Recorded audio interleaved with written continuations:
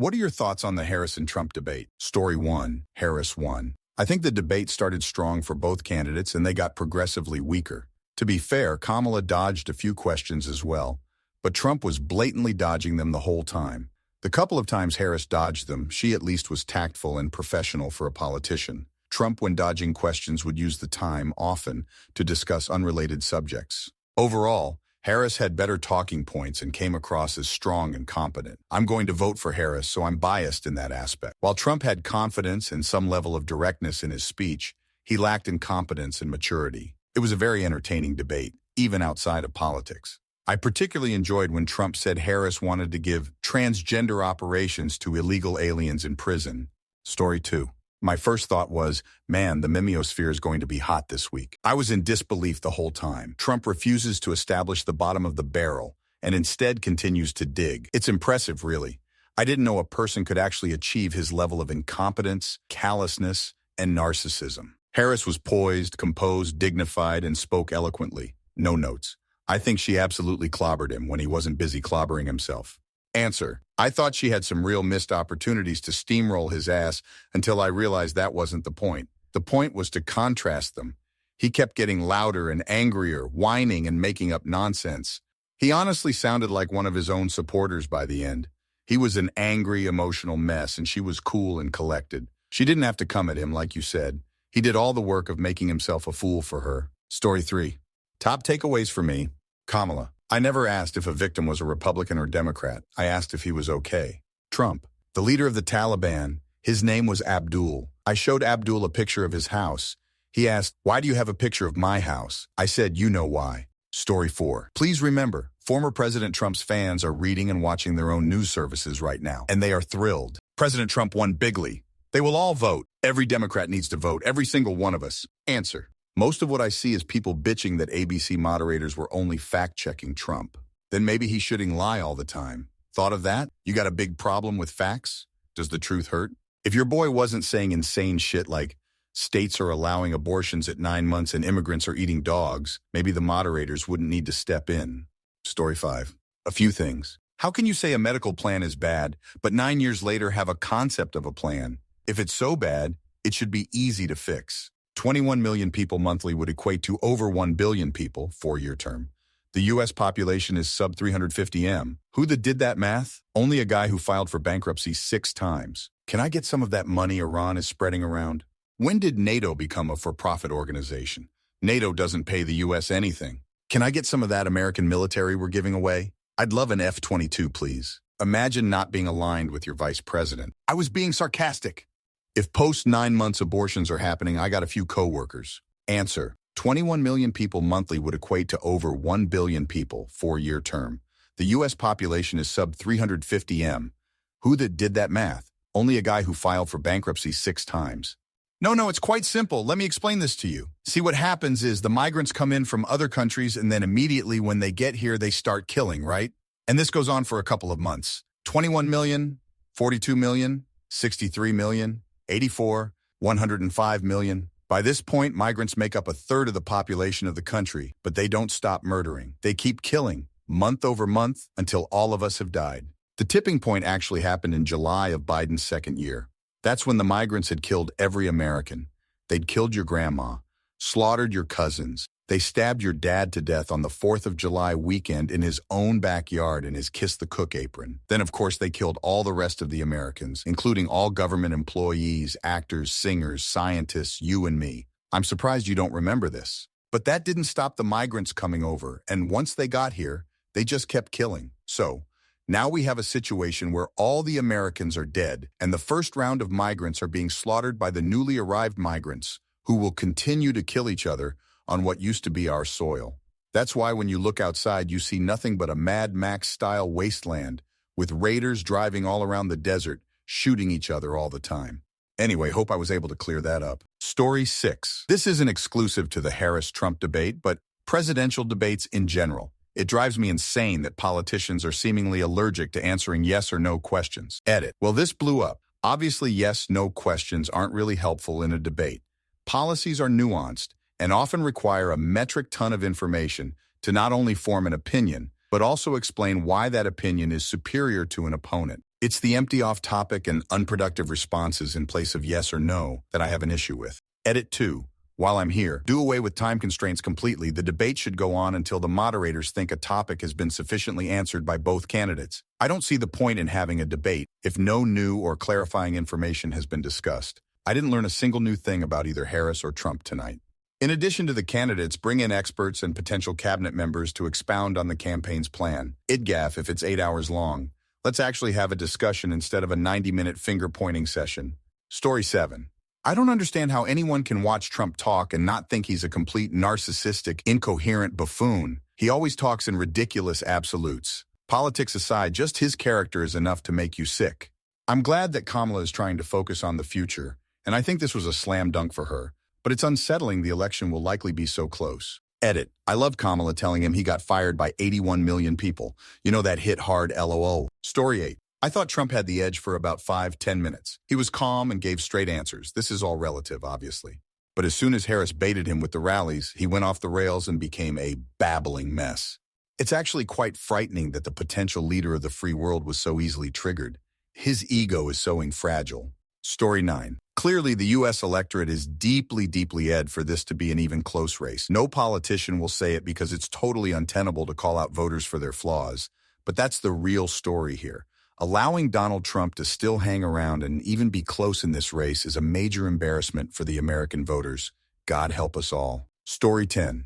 That for the first time, I'm starting to think Trump might lose. Before Biden stepped out, I was sure it was going to be a rout. After, I knew it'd be close, but was thinking Trump would pull it out. Now, I'm not so sure. He got bodied hard tonight. Not so much on policy, since no one ever actually offers policy in these debates, but just for how unhinged a lot of his comments were and how uncomfortable he was. Harris got under his skin in a major way. Story 11. I'm so tired of pretending that being a Trump fan is a valid or respectable position. I don't care if you dislike Harris or are a staunch conservative, but saying you think Trump is a real option to be president automatically disqualifies you from being considered a serious person. Story 12. My mom, a huge conspiracy theorist, called me up and said, "Wow, Kamala did really well. Whoever prepped her for this should get a huge bonus." That says a lot because before this, she called me nonstop talking crap about her. Fox News plays on repeat at her house. She ended with, "I guess if Kamala wins, I won't feel as bad as I thought I would." Answer. She's a former prosecuting attorney. This is kind of in her wheelhouse. It's in Trump's best interest not to debate her. It's like a trial where the guy wants to represent himself going against the attorney. Doesn't end well for the defendant. Story 13. Why is he allowed to dodge every question and insist on having the last word every time talking nonsense, mind you, but they want to cut her off when she's on topic and then allow him to ramble on further? WTF? Answer? I noticed this too. Lindsey Davis really pushed back on Kamala at that one point and wouldn't let her respond, but repeatedly let Trump steamroll her into letting him continue. I get the dynamic there, societally, how we are socialized, etc. But it was a bummer to see that she was more comfortable pushing back strongly with Kamala than Trump. It put Kamala in a not great position. Keep pushing back, trying to get your word in and appear angry, you kick, or take the L and stop trying to get your point spoken. I just wish she let her talk and rebuke too in that moment. Story 14. Actual thoughts that went through my mind. Before debate, why am I even watching this? They're both morons. During debate, okay, Kamala, I'm listening. Wait, PPL are eating dogs? After debate, she mopped the floor with his ass and changed my mind about my previous perspective of her. She remained calm, well-spoken, positive, did not speak out of turn, but took the opportunity to get fiery when necessary. I can't remember a single actual statement Trump made. Story 15. Harris came off as someone who wanted to be there, ready to speak, and knew what buttons to press on Trump. Trump came off as if he was annoyed to be there, kept going off script and getting goaded into his dementia bubble. He came off as some bitter, angry old man who kept confusing the jobs of the president and vice president. Story 16. The big things that stuck after it was all said and done. Concepts of a plan? Lol, sure, Yan. Will that be ready in 2 weeks? Eating cats and dogs? Clearly, when he's not golfing, he's spending all his time with the crazies online. Abortions at 9 months? That's called murder, my man, and that is very illegal already. Angry, sour-looking man who can't stop his broken record of grievances. Feels like that old guy down the street you avoid at all costs because he doesn't make sense and won't shut up. Story 17. Harris did exactly what she needed to. She talked about her policies and attacked Trump to the point where he lost his cool. He didn't get to talk about any plans because of that. You can tell it was bad for Trump because Republicans are attacking moderators for fact-checking, not trying to say Trump did well. Meanwhile, pretty much everyone in the middle and on the left are praising Kamala. Story 18. Harris owned him. I wish she humiliated him more, but she struck the right balance. I think she may have picked up a state or two. Trump was ridiculous. He looked like he was falling asleep at the start, and then he was making his duck lips face whenever Harris was scoring points on him. When he had the microphone, he was slobbering and babbling about dog eaters and whatnot. He was out of control. His handlers will not be pleased. Story 19. I think Trump had a very bad night, and Harris had a very solid performance. The takeaway from tonight's debate will be how crazy Trump was. He was making wild claims about Democrats wanting to literally execute babies, immigrants eating people's pets, and trans surgeries on immigrant prisoners. The people who are persuadable are mostly people who think the lunatic side of Trump is overblown or taken out of context. They were shown tonight that it is not. The criticisms of Harris that the moderators came up with, she dodged questions, she didn't talk enough about policy minutia, are things that were applicable Trump than her, as in were. Yes, Trump was never able to make a point. He spent most of his available time responding to Kamala's talking points. And when you're doing that, it means you're being beat in a debate. Story 20. Trump started off relatively composed, but started to lose it when Harris began triggering him with facts he is unable to accept. He offered nothing of substance, only wild or baseless claims trying to disparage everyone but himself. He referenced Viktor Orban as a character witness, which was a terrible move. He refused to support a Ukrainian victory. He tried to hammer Harris on immigration and the economy, but came off as repetitive and desperate, again not offering anything or substance but using superlatives without support of fact to claim he would be so much better and Harris is so bad. Harris did what she needed to do. She riled up Trump, set up a stark contrast, reminded voters of how chaotic and undemocratic Trump's presidency and loss were. She had actual policy plans she could speak clearly and factually about, not just concepts of a plan. I wasn't terribly impressed by her answers about climate change, though she at least gave an answer, or the Afghanistan withdrawal. She also seemed stronger and more confident than Trump, minus a couple times when she tried talking over Trump, giving him an opportunity to turn it back on her. Overall, Harris won. I think it will influence some undecided voters. I don't think there will be another debate. Story 21, I think Harris did, quote, well in appealing to some of the audiences who have felt more abandoned by liberals while retaining her strong values too. I do think there was a couple times where if Trump was smart enough, he could have countered her better, but he wasn't, which isn't surprising. Story 22. He tries to point out things she hasn't done as vice president when he's literally been president before. He says if they can come up with something better than Obamacare, then they will implement it. So can he admit that it's been a positive thing? Why couldn't he and his team come up with something better when he has in fact been president before? Story 23. The debate as a whole seemed to shy away from policies and focused more on the past. I remember one clip from the Obama-McCain debates where McCain rejects personally attacking Obama when questioned by an audience member. I would like more of that. Politics is so divisive. Story 24. Another comment I thought was beyond nuts. The part when Trump repeated how people wanted to execute the babies after they were born. Who the hell said they wanted to do that?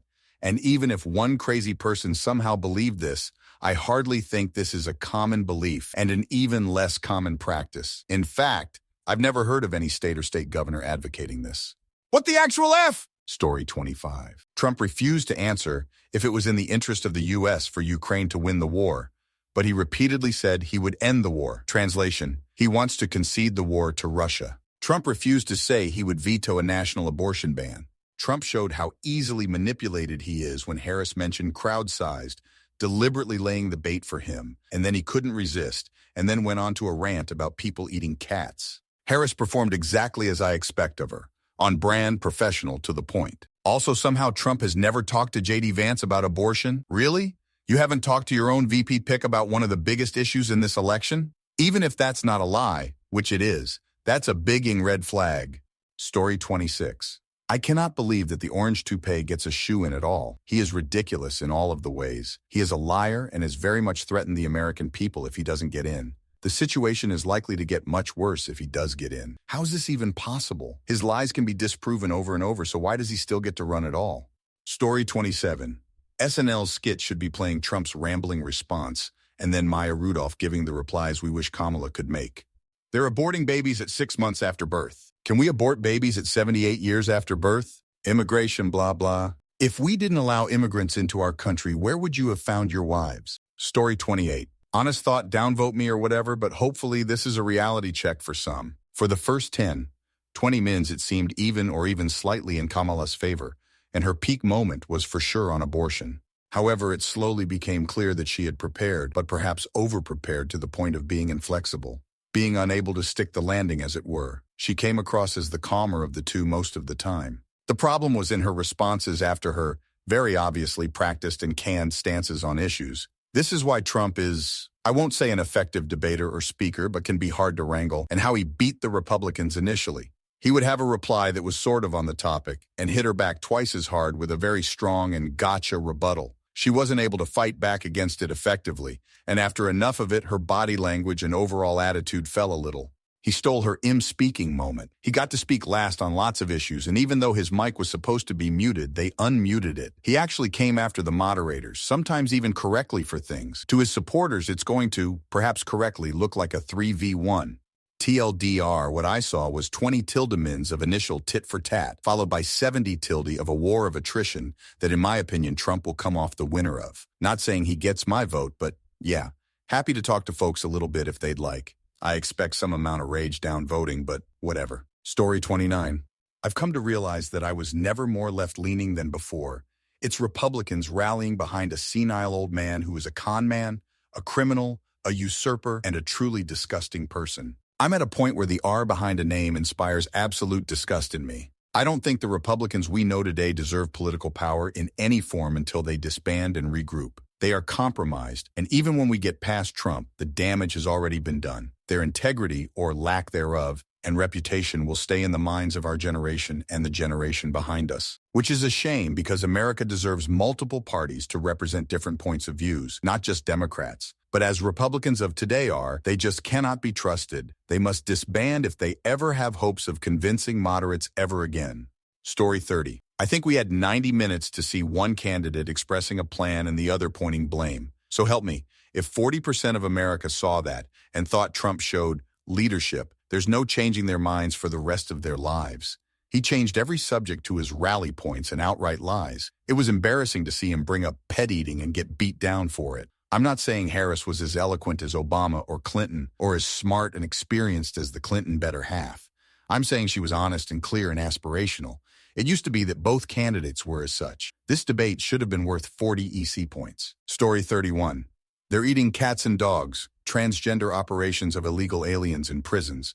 They do abortions after the 9th month. He completely demolished any chance at grasping a large amount of swing votes. He just sounded old, tired, crazy, and just beyond annoying. Oh, and he denied the 2020 election again.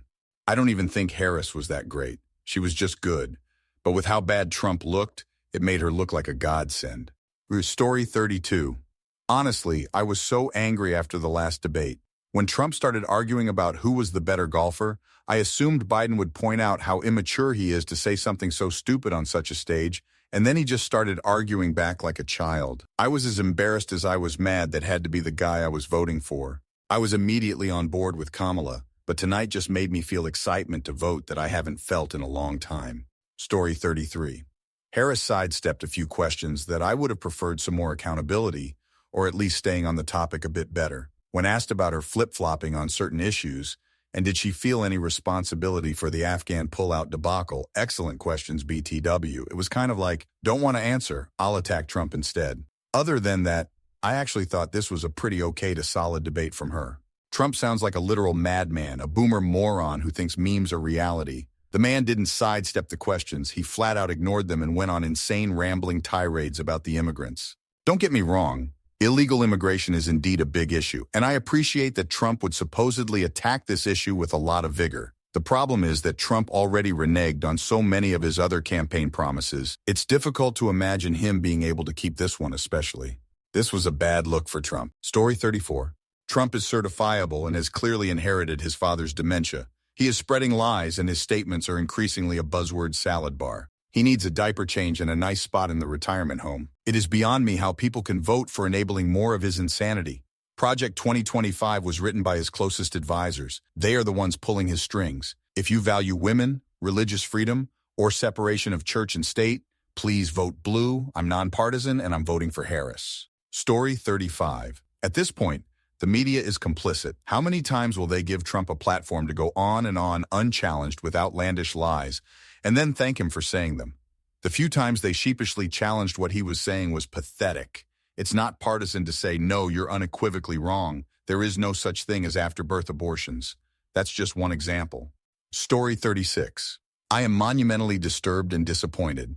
The Republican Party has been hijacked, and nobody has the balls to stand up and fight other than Liz Cheney. At a minimum, we need two sane, reasonably intelligent parties in order for this country to work. You know it, I know it, the Russians know it, the Chinese know it. Why in the hell do you think that they are trying so hard to keep this dumpster fire of a Republican Party going under Trump and his idiot supporters both in and out of Congress? If the Republican Party does not rid themselves of this cancerous individual, we are all in trouble. If that means that we have to have 4 years of Harris as president because every Republican stays home and doesn't vote, so be it. It is a better pill, but 4 more years of this nonsense that only helps the Russians and the Chinese undermine our country is not a viable option. Story 37, Kamala dominated. Trump unsurprisingly embarrassed himself repeatedly. Any maggots still voting for him need to be checked for brain damage, or at least to just say they're voting for him because they support racism, bigotry, authoritarianism, and the death of democracy, accountability, and personal liberty. Story 38. The real highlight for me was when Trump called Vice President Harris a slut on national television.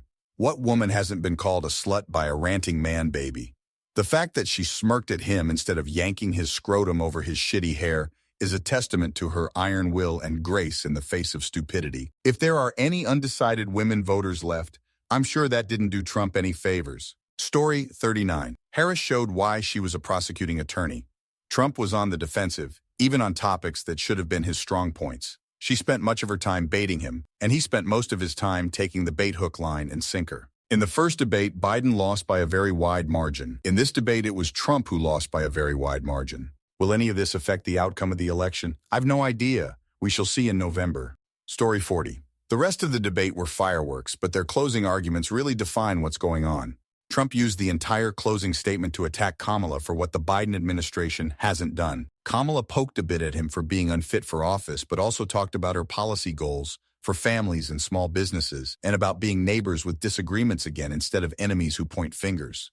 People might not agree with her policy positions, but I think anyone who says Trump did better in the debate tonight is being disingenuous. During his presidency, he said his plan to replace the ACA was going to be revealed soon, and now we're 4 years later, and all he said tonight was that he has a concept for a plan. He couldn't talk policy at all tonight. Story 41. Before, I liked Kamala. Now I really like her. My hate for Trump has also increased like it has every day. Kamala whooped his ass. Trump saying that immigrants are eating our cats and dogs. Trump saying that transgender operations are being performed in prison.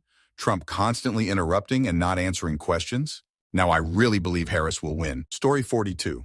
That moment when she called out his inability to process that he lost the election was something I've wanted to see for years. She killed it. The bar for Trump was so low, and the bar for her was insanely high. Still, she did better than I could have hoped for, and he was a personified truth social thread. Dude couldn't finish a sentence. He legit looked like someone's racist grandpa. I saw it on TV. I got involved with the Taliban. I have a concept of a plan. Wild how people can see this and conclude that he's a better option. Story 43. As someone who has devoted their life to fighting fascism, this is one of the best nights of my life. Hanging out with friends and enjoying company, laughing together at the stupidness of what sad people want to do to us, petting my dog while telling him, I'm glad you're not in Ohio, and getting online to see that evil is being thoroughly embarrassed. It's amazing. Join the side of love. It's so much better here. Story 44. Conservatives. Yes, Trump acted like a complete lunatic for 2 hours and spouted nonsense conspiracy theories. But Kamala's answers weren't as thorough as they could have been.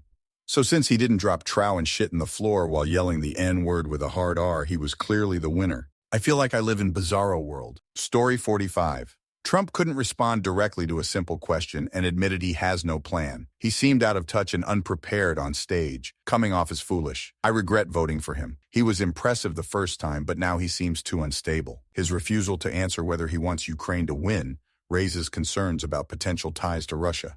Story 46. This great negotiator thought Abdul was the leader of the Taliban. The only person I can think Trump may be referring to is the fourth in command of the Taliban, Abdul Ghani Baradar.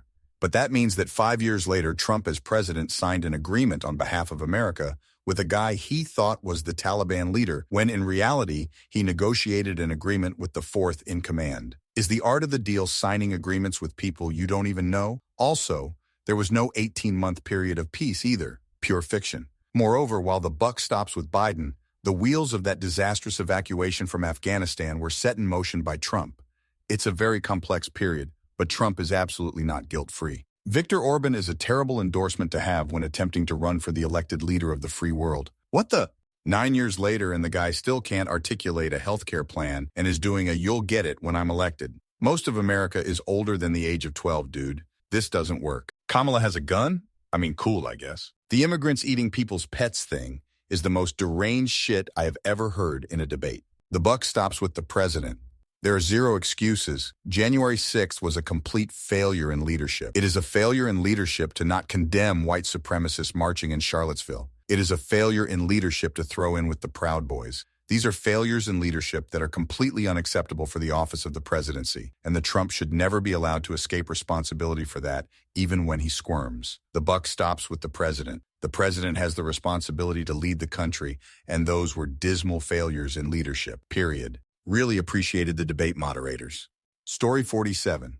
Europe and NATO must have crapped their pants when he refused to back Ukraine. The moderators turned Trump's mic on every time he said anything. They let him respond to everything, including to her responses. Moderator would give him a question, let him rant and ramble, go to Kamala for a response, then Trump would just start ranting and the network turned his microphone back on. It made the debate longer while preventing conversation on more topics. No questions about mass shootings or police violence. They probably ran out of time letting the guy with nothing to say ramble. Now that Biden is not running, Trump is lone weird grandpa in the race. Kamala has a pulse and doesn't talk like someone who struggles to stay focused. Story 48. I'm English. I was genuinely interested in what people see in Trump that makes this so important. However, he just talks bollocks, and the presenters do nothing to stop him prattling on. Whereas it felt they were much keener to shut down Harris. And Trump always seemed to be allowed to come back and get the last word. Terrible work by the moderators. Story 49 from my Facebook post. You're going to have quite a few people who are voting Democratic tout that tonight was all win. However, it was a schooling in rage baiting. Kamala knew exactly what to say to piss Trump off and continued with that game plan all night. In doing so, she missed several key points, including explaining why her policies had changed with things besides fracking. Her dancing around not pissing off Israel was also a short shot to me. There was also a point where he baited her perfectly for her to almost call him either a piece of shit or son of a bitch. She instead regained composure and just referred to him as former president. As someone who was not keen on her in 2020, who watched her tout Biden as unfit for office, and then backtrack very quickly upon getting the nod for VP, while she hit on a lot of great points, I was not 110% sold on her platform. However, I'm in that camp now where my alternative is a person who verifiably agrees foreigners are eating cats and dogs. He wants to be America's dictator, or her. It has to be her. She is more than qualified for the job, but I wish I had heard more policy instead of not going back rhetoric tonight. Edit. I'm getting downvoted for actually having a cohesive thought outside of she murdered him, lowells. I'm getting downvoted for not bootlicking like Trumpers do. I'm not going to blindly follow a candidate and not hold them accountable. Did she make a lot of great points? Yes, but she also dodged several good questions I would have liked to have heard the answer to instead of baiting the orange turd all night. Story 50. As an Israeli that does not know much about American politics but loves America, enjoys American politics very casually, and does not hold a strong preference between the two candidates, it seemed as if Kamala had answers to questions, plans to solve specific issues, while Trump kept reciting the threat of AW3, how Russia, Ukraine, and Hamas invasion would not happen if he would be president, and immaturely tried to offend her and Biden repeatedly. So all in all, I'm persuaded that Trump is a populist after this debate, while Kamala actually has substance in her candidacy. Story 51.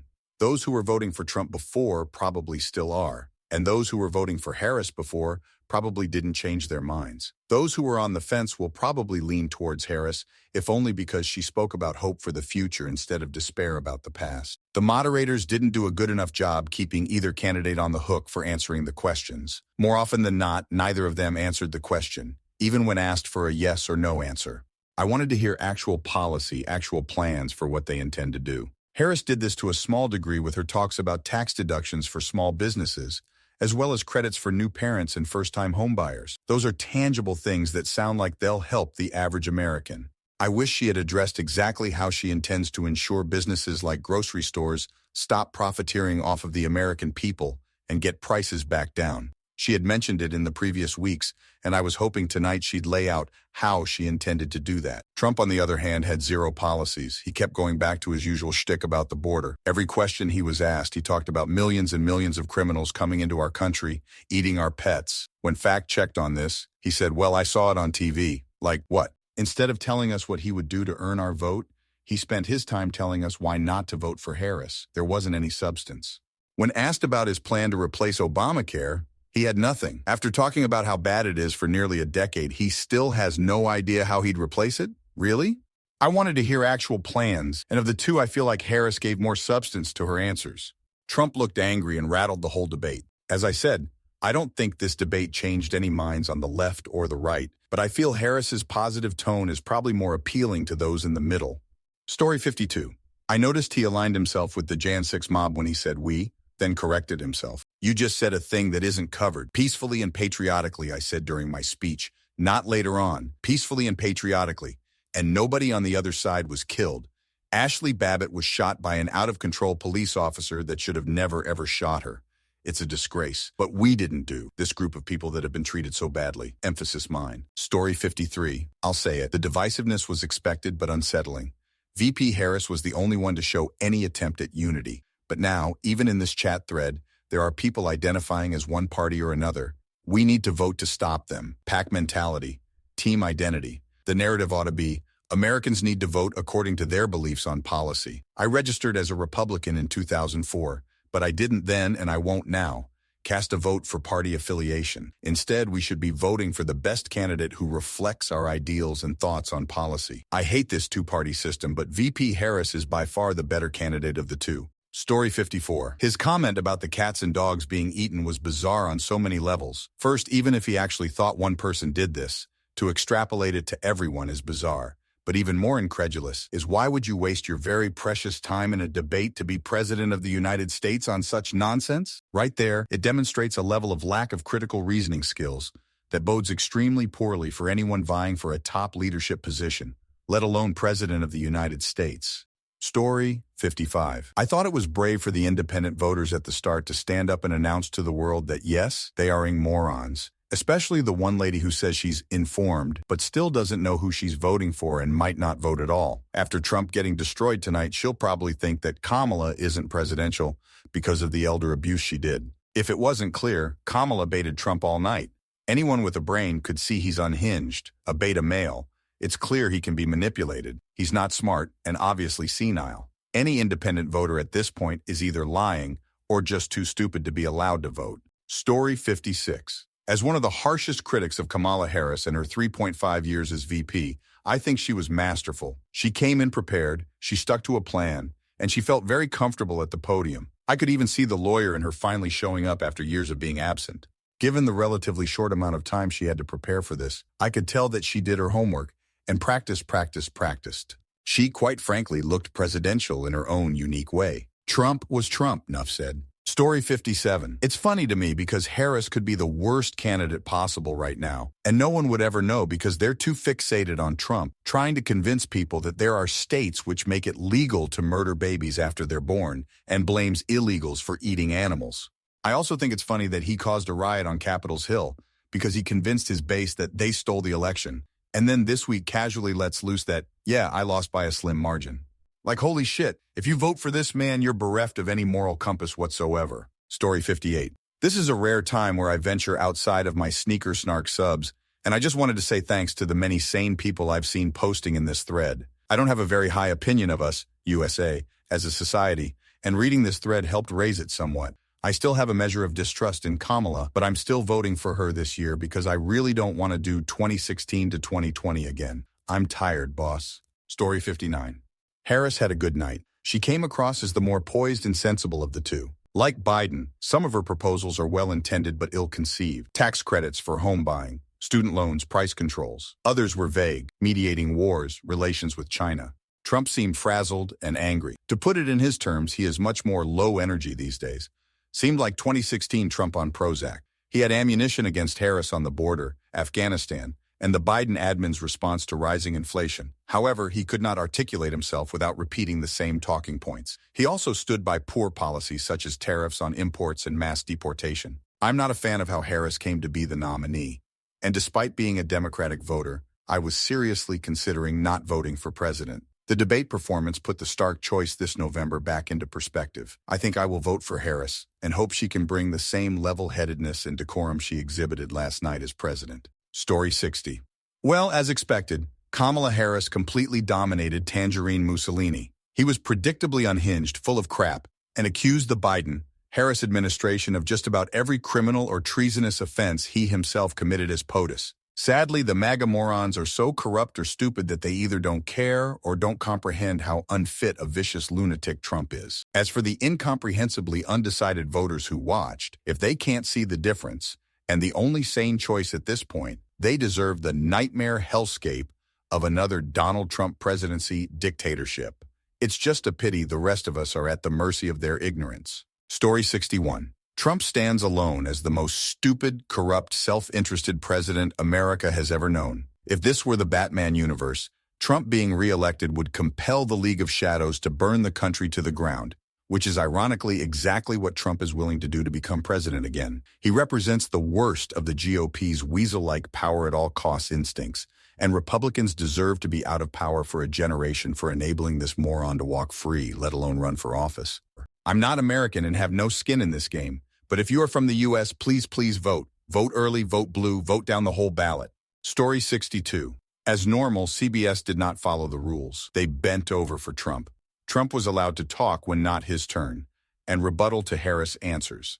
She was not afforded the same consideration. Also, the CBS MAGAs addresses Trump as president. It should have been former president. I believe Joe Biden holds that title. CBS, you suck. Story 63. I feel like Harris composed herself much better, and I suspect that feeling is pretty much universal, but I was still left with a rather unsettled feeling after the debate. Donald Trump has the support of roughly half of voters in this country.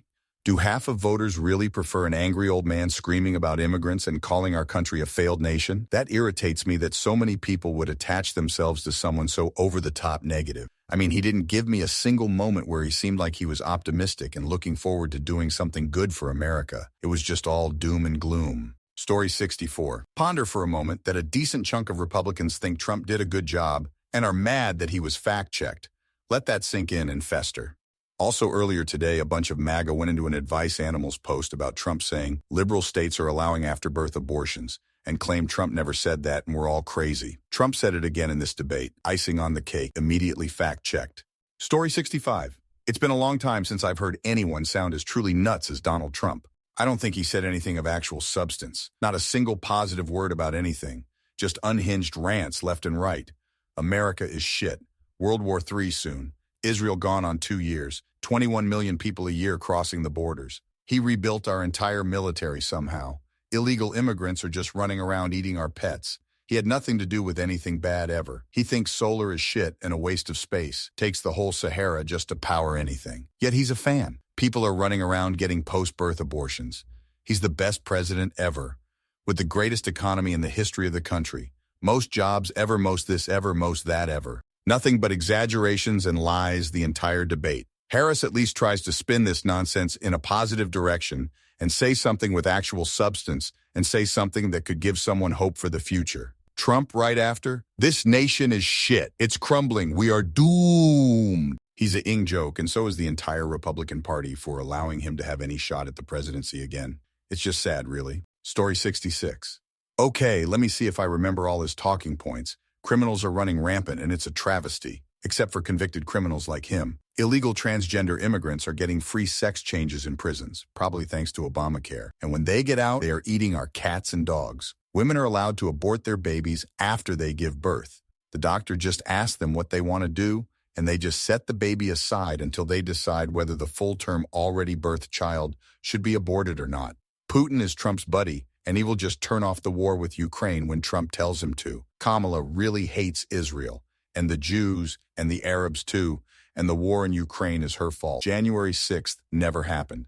The police were violently attacking the protesters, and it was Nancy Pelosi's fault, and he had a tape of her admitting it, but it's probably been destroyed. God, did I miss anything?